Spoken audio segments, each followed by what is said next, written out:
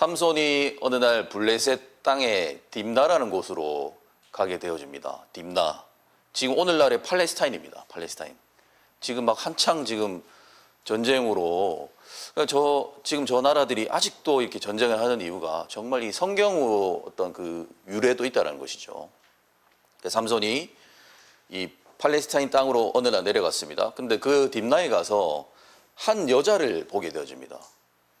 어떤 여자를 한 명 보는데 그 여자가 굉장히 이뻤던 것 같습니다. 굉장히 이뻤던 것 같습니다. 굉장히 미인이었던 것 같습니다. 그래서 삼손이 그 여자를 보고 집으로 돌아와서 부모님에게 아버지, 어머니, 제 이상형을 찾았습니다. 드디어 장가 보내주십시오. 이렇게 얘기를 하게 되었던 것이죠. 장가 보내주십시오. 이스라엘이 그 당시 이제 블레셋의 식민지였습니다. 식민지. 그러니까 이 식민 지배를 받는 나라가 아무래도 이 지배하는 나라가 더 잘 살았겠죠.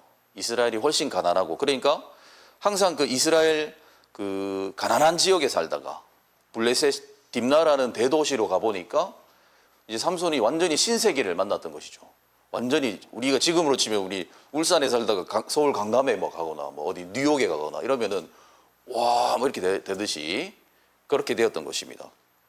그러니까 그야말로 그 신세계 가운데 2절에 보시면은 삼손이 부모님에게 한 여자를 보았사오니 이렇게 나오죠. 한 여자를 보았습니다.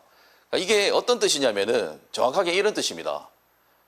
제가 진짜 여자다운 여자를 찾았습니다. 이런 뜻입니다.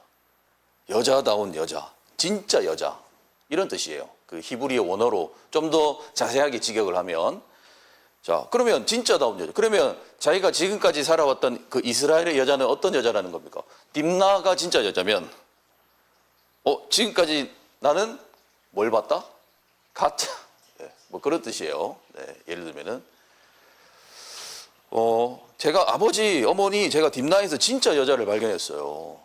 이런 뜻이죠. 지금까지는 아버지, 어머니 말대로 이스라엘에 있는 여자들이 최고의 미인인 줄 알았는데, 아버지 왜 저를 속이셨습니까? 왜 거짓말 하셨습니까? 딥나에 가니까 진짜 여자가 있더군요. 아버지 왜 저희가 거짓말 하셨습니까? 이렇게 지금 이런 뜻이라는 것이죠. 네. 하지만 삼손의 부모들이 이것을 삼손을 말리죠. 오늘 3절의 말씀 보십시오. 그의 부모가 그에게 이르되 내 형제들의 딸들 중에서나 내 백성 중에 어찌 여자가 없어서 내가 할례 받지 아니한 블레셋 사람에게 가서 아내를 맞으려 하느냐. 아니, 야 아들아, 이스라엘에도 얼마든지 있어. 이쁜 여자도 아주 많고 참하고 신앙 좋고 그런 자매들 많다. 그런데 왜 하필이면 예수님 믿지 않는, 우리로 치면은 교회 다니지 않는 할례 받지 아니한 이방 여인을 왜 아내로 맞으려고 하느냐, 이렇게 얘기하는 것이죠. 부모님 입장에서 당연합니다. 부모님 입장에서는 당연히 야 신앙도 좋고 그런 자매를 만나야지라고 얘기를 했던 것이죠. 그런데 우리 성도님, 이 삼손의 이야기는 그저 단순히 한 남자가 홍기가 가득 차서 결혼하는 이야기가 아닙니다. 절대 그런 이야기가 아닙니다. 왜냐하면 삼손이 단순한 사람이 아니지 않습니까? 그냥 단순한 한 남자가 아닙니다. 삼손은 누구죠? 여호와의 언약을 통해서 태어난 사람입니다. 하나님의 말씀의 약속 가운데 태어난 사람이거든요. 그러니까 굉장히 중요한 사람입니다. 삼손이 태어나기 전에 여호와의 사자, 그러니까 천사가 그의 부모에게 나타났습니다. 그래서 너희 부모가 아기를 낳을 것이다. 그러니 포도주를 멀리하고 독주를 멀리하고 부정한 것을 만지지 말아라. 그리고 기도로 잘 준비해라. 이렇게 말씀을 하셨습니다. 왜 출산하기 전에 왜 하나님께서 천사가 나타나서 그 아기를 준비할 때 부정한 것을 멀리하고 술을 마시지 말고 이렇게 철저하게 구별되라고 시키셨을까요? 왜 그렇게 하셨을까요? 이 아기를 쓰시려고 하시는 것이죠. 하나님 뜻에, 하나님의 계획에 이 아이를 하나님의 사명을 주기 위해서입니다. 그러니까 구별시켰던 것이죠. 그런데도 불구하고 3절 후반부 보십시오. 삼손이 그의 아버지에게 이르되 내가 그 여자를 좋아하오니 나를 위하여 그 여자를 데려옵소서. 그러니까 삼손이 이 확신이 너무 가득했던 것 같습니다. 이 아름다운 여자에 대한 이 확신이 너무 가득해서 아버지, 어머니, 저를 더 이상 설득하지 마십시오. 제 마음은 이미 확고합니다. 저는 그 여자와 결혼하겠습니다. 이렇게 얘기를 하게 되었던 것입니다. 그러니까 결국에는 5절의 말씀 보시면은 우리 5절 말씀 같이 한번 읽어보겠습니다. 시작. 삼손이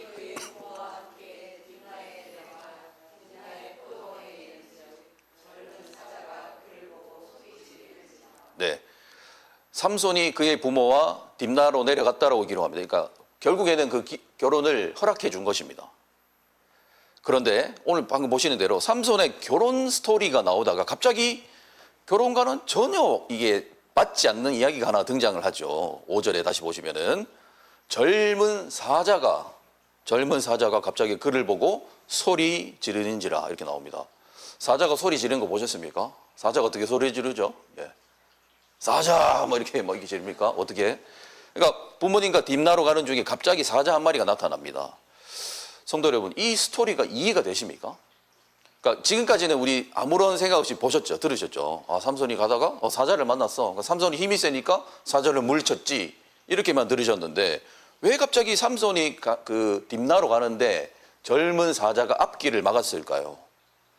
하지만은 그 순간에 놀라운 일이 일어납니다. 여호와의 영, 성령께서 삼손에게 임하셔서 갑자기 강하게 힘을 받으면서 이 삼손이 그 젊은 사자를 성경에서는 죽였다라고 기록을 합니다. 사람이 그 맹수를 잡는 거 쉽지 않지 않습니까? 그러니까 여호와의 영이 임하니까 그 사자를 죽였습니다. 7절에 보시면은 7절에 우리 성경을 보십시오. 삼손이 다시 딥나로 가서 그러니까 사자가 나타난 사자를 죽이고 다시 딥나로 갔습니다. 왜 갔냐면은 부모님들이 하도 반대를 하시니까 약간 그에게도 고민이 있었던 것 같습니다. 다시 한번 보자. 그때 내가 잘못 봤나? 해서 가서 또 본 것이죠. 근데 가서 봤더니 어떤 거죠? 아, 맞아. 진짜 여자가 맞아. 내가 잘못 본 것이 아니었어. 라고 그 확인을 하러 갔던 것입니다. 네. 진짜 여자가 맞아. 내가 잘못 본 게 아니야. 나는 이 결혼을 반드시 추진하겠어. 이렇게 되어지는 것이죠. 그리고 얼마 후에 다시 딥나로 갔습니다. 그런데 또 이상한 장면이 목격이 됩니다. 자기가 죽였던 사자를 다시 발견하게 돼요. 근데 그 사자의 사체에 벌꿀이 있는 겁니다. 벌꿀. 벌꿀. 네. 그 사체 안에 벌들이, 그러니까 뭐라 그럽니까? 벌집을 만듭니까? 그 꿀을 막 만들어 놓는 거예요. 근데 제가 알아보니까 고대 근동에 그런 일이 자주 있었답니다. 짐승의 사체에 벌들이 이렇게 모여서 꿀을 만드는 그런 일들이 비일비재했다고 합니다. 그런데 좀 이상하잖아요. 좀 먼저 귀괴하잖아요. 이 기분이. 사자의 사체에 벌떼가 있고 꿀이 있는 것을 보게 되고요. 삼손이 그 꿀을 부모님에게 드립니다. 자, 이게 어떤 내용일까요? 이게 어떤 의미일까요? 왜 갑자기 이런 결혼 이야기가 나오다가 갑자기 이런 이상한 스토리가 중간에 끼어드는 것입니까?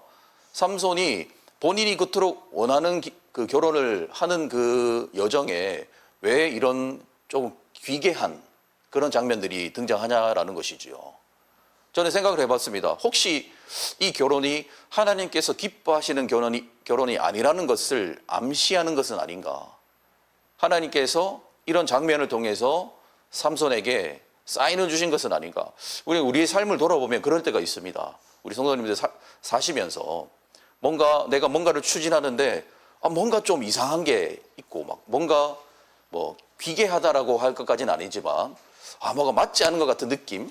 그럴 때가 있으신 적이 있으시죠. 가끔씩 뭔가 계획을 추진할 때 뭔가 잘 안 맞아 떨어지고 뭔가 좀 아닌 것 같고 그럴 때가 있지 않습니까? 그때는 사실은 하나님께서 주시는 사인일 수 있습니다. 뭔가 맞지 않는.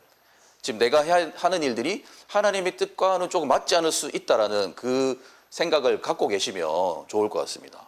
자, 성도님, 이 삼손이 결혼을 하게 됩니다. 결혼을 하게 되어집니다. 그런데 이 이야기가 우리에게 주는 교훈이 있습니다.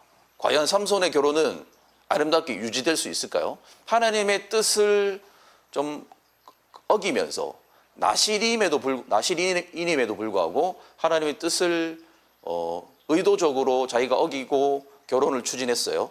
근데 이 결혼이 과연 어떻게 될까? 그걸 한번 생각해 보시기 바랍니다. 자, 그 전에 우리는 세 가지 정도를 정리할 수 있습니다. 이 이야기가 우리에게 주는 교훈. 첫 번째는 우리 성도님들, 우리의 인생 가운데 지금 삼손의 인생에서 삼손의 사건에서 이 사건을 주도하는 분이 눈에 보이지 않는 하나님이심을 깨달으셔야 됩니다. 우리가 지금 성경 본문에 눈이 가 있습니다. 그래서 삼손이 보이고 삼손의 부모가 보이고 사자가 보이고 블레셋 여인이 보이고 이렇게 하지만 지금 이 보이지 않는 이 중심에 하나님이 계십니다. 하나님이 이 사건을 이끌고 가신다라는 것. 삼손이 자기 결혼을 추진하는 것 같고 삼손이 부모가 허락해 주는 것 같고 뭐 이렇게 뭔가 사람들이 이끌어가고 만들어가는 것처럼 보이잖아요. 그런데 그렇지 않다는 것입니다. 모든 일에는 그 중심에는 하나님이 계십니다. 우리 인생도 마찬가지입니다. 우리 저와 여러분의 삶도 인생도 겉으로 볼 때는 우리가 뭔가를 결정하는 것 같아요. 우리가 뭔가를 추진하는 것 같아요. 우리가 뭔가를 성공시킨 것 같아요. 우리가 때로는 실패한 것 같지만 그렇지 않습니다. 모든 일들이 하나님 안에서 진행되어지고 있다는 사실. 이것이 너무나 중요합니다. 이 사실을 절대로 놓치시면 안 됩니다. 그러나 이 하나님의 뜻 안에 우리가 있다 할지라도 하나님의 계획대로라면 그럼 우리가 할 것이 없나라고 생각할 수 있지만 그러나 이 삼손이 물론 나시린이지만 문제가 있는 것은 분명해요. 그가 나시린이잖아요. 구별된 사람이잖아요. 하나님이 특별히 성령을 통해서 약속하신 사람이란 말입니다. 그런데 그가 지금 잘못된 길을 간 것은 분명합니다. 아무리 자기가 딥나에 자기의 이상형이 있다고 해서 이스라엘의 국경을 넘나들고 하나님의 백성이 세상으로 가는 일에 꺼리낌이 없어요. 하나님의 백성이 세상적인 가치관과 세상적인 질서로 막 살아가는 일에 꺼리낌이 없고 마음에 부담이 없다라는 것, 이거는 조금 나쁜 것이죠. 특별히 예를 들면 생각해 보십시오. 저희 같은 목회자들이 세상적인 어떤 그런 언행과 그런 거 하는 거에 뭔가 꺼리낌이 없다? 그럼 이것은 잘못된 것이죠. 지금 이 하나님을, 특별히 하나님을 대적하는 블레셋 땅에 가는데 삼손이 전혀 거침이 없어요. 불편함이 없고 뭐 그냥 망설임이 없이 가는 겁니다. 그러니까 이거 잘못된 것이죠. 하나님께서 삼손의 인생을 붙잡고 계신 것은 사실입니다.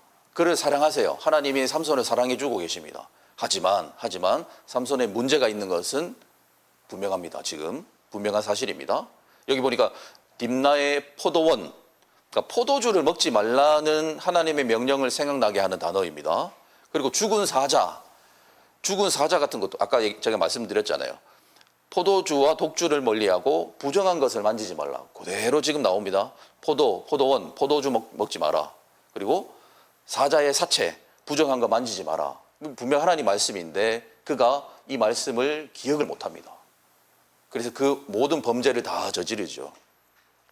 하나님께서 기뻐하시지 않는 환경을 멀리하지 아니하고 오히려 가까이 해요. 가까이 하고 자신이 나시린으로서 어떻게 처신해야 되는지를 경솔하게 가볍게 생각하고 있다는 것입니다. 그러니까 하나님의 사랑받는 자녀이지만 고난이 오는 겁니다. 그러니까 우리 삶에 고난이 오는 이유가 이것도 있습니다. 우리가 하나님의 사랑받는 백성이에요. 그런데 왜 하나님 우리에게 이런 일이 일어나죠? 라고 할 때는 이런 경우가 있는 겁니다. 우리가 선택받은 사람이지만 우리 안에 죄가 아직까지도 있기 때문에 그런 일들이 있을 수 있는 겁니다. 자, 두 번째 본문 4절 보겠습니다. 본문 4절. 그때에 우리 함께 읽어볼까요? 시작. 그때에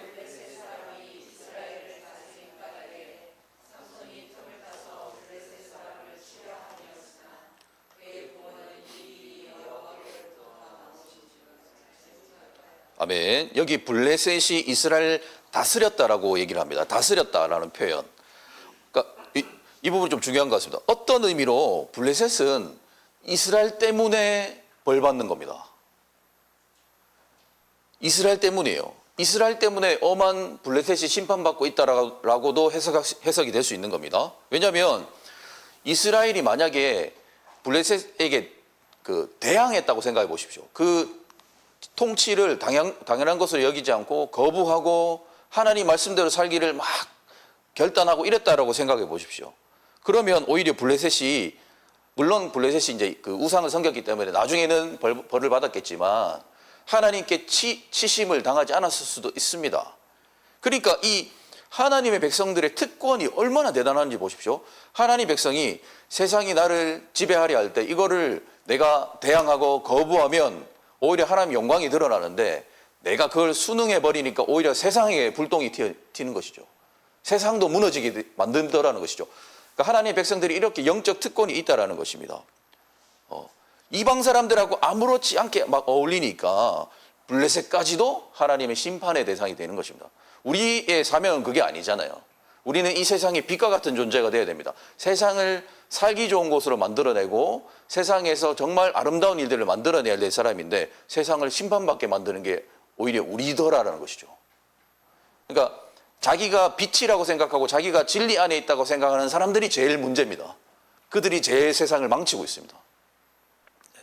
오늘 본문의 사자의 사체, 꿀이라는 이 기괴한 조합이 이루어지도록 누가 만들겠어요? 세상이 우리를 유혹하는 건 당연한 겁니다. 세상이 우리에게 다가오는 건 너무 당연한 거예요. 그거 우리가 차단하고 안 받아주면 그 그림이 나오지 않습니다. 그런데 우리가 그걸 순응하고 받아주니까 이상한 그림, 사체에 꿀이 있는 그림이 나오는 것이죠. 네. 가장 아름다운, 그러니까 꿀이라는 것은 이 당시 고대 근동에서는 최고의 식재료입니다. 최고의 식재료입니다. 꿀은 너무나 귀한 거예요. 근데 사체, 가장 최고 귀한 식재료와 부정한 사체의 조합이 이루어지나요? 어울립니까? 어울리지 않습니다. 이건 어울리지 않습니다. 그러니까 교회와, 그러니까 신자와 성도와 세상의 관계가 마치 이렇습니다. 마치 이런 것입니다. 네.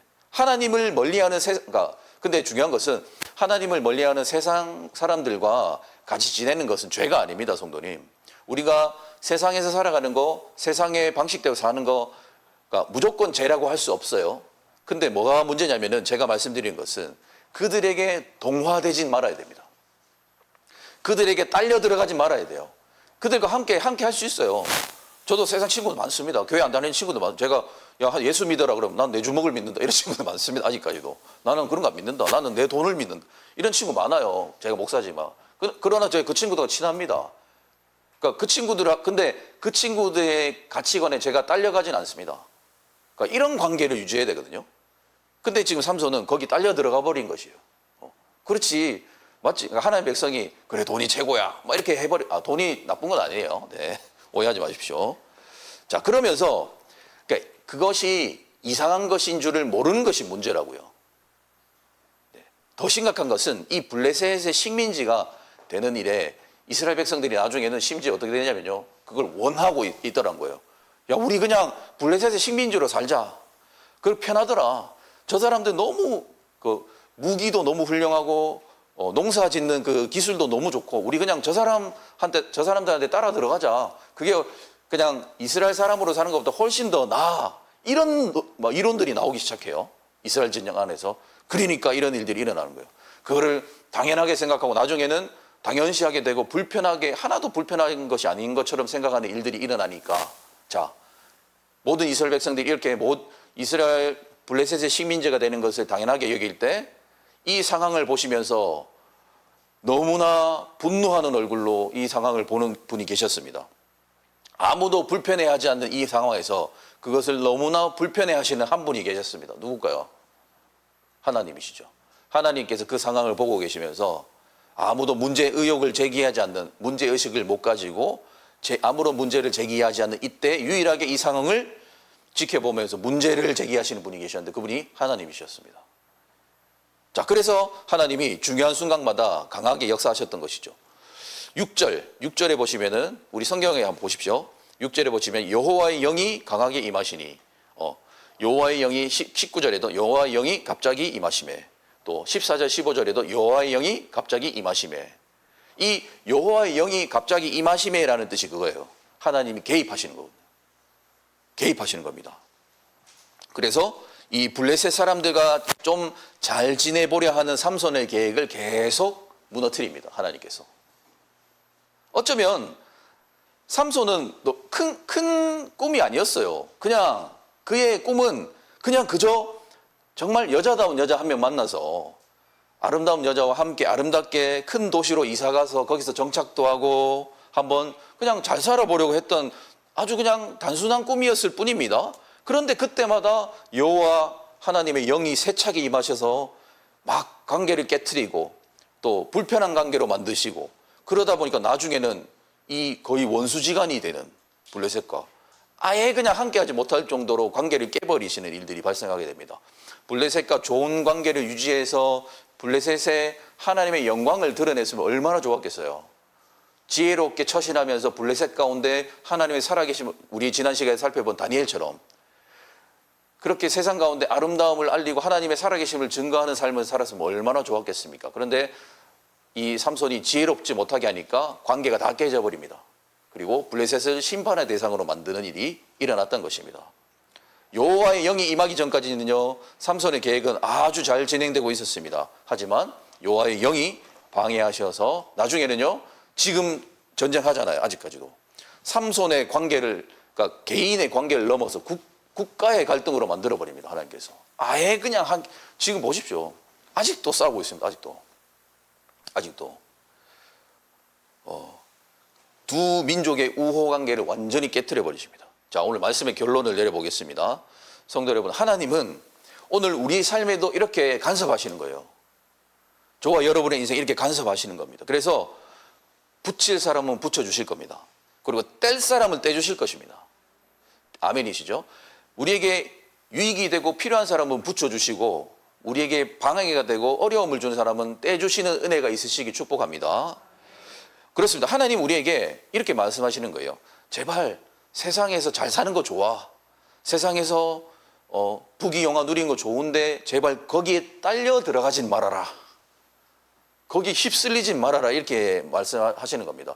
거기에 그 기준에 물론 세상의 기준, 좋은 기준이 많고 유익한 기준이 많지만 그 기준에 맞추려고 하다 보니 내 기준을 놓치지 마라. 성경의 기준을 놓치면서까지는 하지 말아라. 제발 이렇게 말씀하시는 겁니다. 그렇습니다. 오늘 삼손의 이야기가 우리에게 주는 메시지는 우리가 하나님의 질서가 아닌 세상의 질서에 살아남으려고 잘 적응하려 하는 일에 그건 너무 중요합니다. 하지만 거기 너무 몰두하다 보니까 하나님의 질서를 놓치더라는 것이죠. 하나님의 뜻대로 살아야 되는 일에 방해가 될 정도로는 세상과 가까이 지내지는 말아라. 그 말씀입니다. 이 세상에서 하나님의 백성으로서의 본이 되고 선한 영향력을 끼치면서 살아가야 합니다. 사랑하는 성도 여러분, 우리는 세상과 담싸우면 안 됩니다. 우리 지난 시간 말씀 기억나시죠? 구별되는 것은 격리되는 것이 아닙니다. 그들을 따돌리는 것이 아닙니다. 세상 사람 우리가 품어야 됩니다. 그러나 만약 그 세상의 질서가 하나님의 질서를 깨트리는 정도까지 우리에게 밀고 들어온다면 우리는 조금 좀 생각해 봐야 됩니다. 그럴 때, 그러니까 그 질서가 하나님을 섬기지 못할 정도로 우리에게 막 도전하는데 우리가 그걸 거부하지 않고 그들과 그럼에도 불구하고 우호적인 관계를 유지하려고 하다 보면 하나님이 간섭하셔서 어떻게 한다고요? 그 관계를 깨신다는 거죠. 그러니까 모든 관계의 키는 우리 성도님들 갖고 계신 것입니다. 지혜롭게 하시면 그 이사야서 말씀 기억나시죠? 이사야서 말씀에 상대방을 그 악한 사람으로 만드는 키가 우리한테 있다고 그래요. 무슨 말이냐면 상대방이 저한테 막 저주를 퍼부어요. 저주를 퍼부으면 그 말씀에 흉악의 결박을 끊어줘라 이런 말씀이 있거든요. 무슨 말이냐면 상대방이 나에게 막 저주를 하거나 비난을 할 때 내가 그거를 그대로 받으면 이게 성립이 됩니다. 이 싸움이 성립이 돼요. 그러면 그 상대방을 흉악한 사람으로 내가 만드는 거라는 말씀이 있습니다. 근데 이해되시죠? 그 사람이 나에게 저주를 했을 때 내가 용서해버리면 그게 죄가 성립이 안 되잖아요. 그러니까 그게 흉악의 결박을 풀어줘라라는 의미, 놀라운 의미입니다. 그러니까 우리한테 키가 다 있어요. 우리가 다 만들어낼 수 있다는 것이에요. 자, 세상이 그렇게, 자, 우리 마태복음 10장 34절에 너무나 유명한 말씀 나옵니다. 마태복음 10장 34절. 네, 이거는 우리 좀 중요하니까 같이 한번 읽어보도록 하겠습니다. 시작.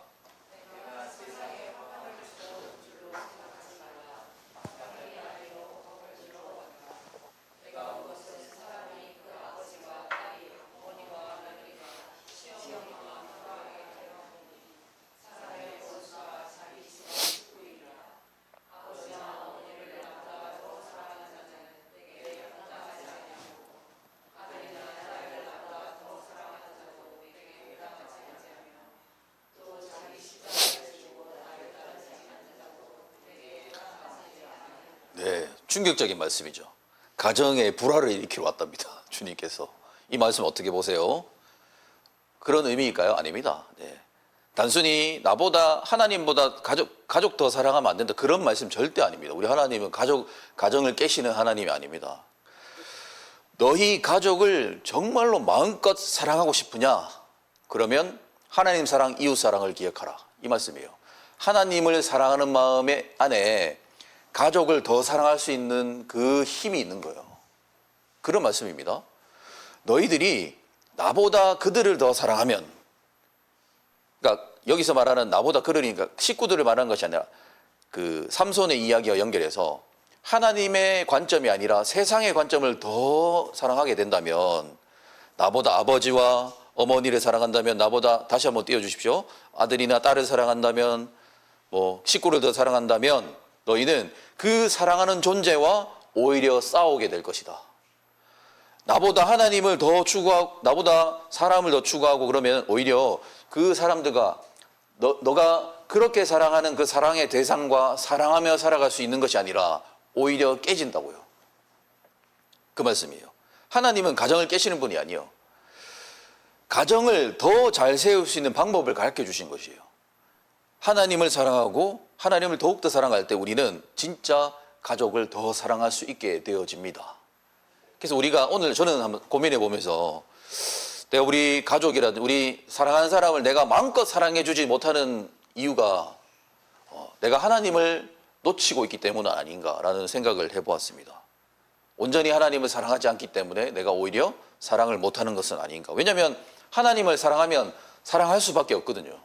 영혼을 사랑할 수밖에 없습니다. 하나님을 사랑하는 사람이 사람을 사랑하지 않는다, 이건 있을 수가 없습니다. 네. 자, 삼손의 시대에 하나님께 선택받은 거룩한 백성이 블레셋의 식민지로 살아가는 일에 대해서 아무도 불편하게 여기지 않았습니다. 하지만 그 일에 대해서 유일하게 불편하게 느끼셨던 분, 분노를 가지셨던 분이 하나님이셨습니다. 하나님은 삼손의 인생에 역사하셔서 그가 하나님의 그 뜻을 어긋나게 하려는 모든 계획을 깨트려 버리셨습니다. 그의 결혼도 깨트려 버리시고 결국엔 결혼도 깨지고 심지어는 블레셋 다시는 못 가도록 거기 가서 진짜 여자를 받는 둥 가짜 여자를 받는 이런 말 절대 못하도록 아예 완전히 깨어버리셨습니다. 사랑하는 성도 여러분, 기억하시기 바랍니다. 세상과 평화롭게 지내야 됩니다. 그러나 그 세상과의 평화가 신앙을 하찮은 것으로 여기도록 만드는 평화라면 거짓된 평화입니다. 우리는 그걸 받아들이면 안 됩니다. 세상이 우리에게 제시하는 성공의 기준, 그런 기준이 귀한 기준이 많습니다. 우리 그거 해야 돼요. 우리도 이 땅 살아가면서 지식적으로 준비되어야 되고 그런 거 다 해야 됩니다. 하지만 그것이 우리 본질적인 본분을 방해하는 정도라면 우리는 그것을 중요하게 생각하지 말아야 되는 건 아니지만 한번 고민해 봐야 됩니다. 혹시 우리 성도님들 사시다가 절망감이 드실 때가 있으신가요? 내 커리어가 별로야. 이런 커리어로 내가 뭘 하겠어. 내가 세상에서 우리에게 제시하는 그거 우리에게 없다고 해서 혹시 좌절하고 절망하십니까? 취업을 못해서, 내 물질이 없어서, 그래서 내가 내 인생은 실패한 인생인 것 같아. 혹시 그렇게 생각하십니까? 그럴 때 우리 하나님이 이렇게 말씀하시는 거죠. 도대체 누가 너의 인생을 그렇게 판단하라고 했느냐? 사랑하는 하나님의 백성의 고귀한 삶을 누가 세상적인 가치 기준으로 판단하라고 누가 그랬냐? 하나님이 이렇게 하시는 것이죠. 나는 내 백성을 절대 그렇게 판단하지 않는다. 이렇게 말씀하시는 것입니다. 하나님이 주신 기준으로 살아가야 됩니다. 하나님이 주신 질서로 살아갈 때 우리는 진정한 승리를 경험할 수 있는 것입니다. 우리 사랑하는 성도 여러분, 이 말씀을 기억하셔서 한 주가 믿음으로 승리하시고 하나님의 살아계심을 영광을 드러내시는 오늘의 말씀이 되시기를 주님의 이름으로 축복합니다.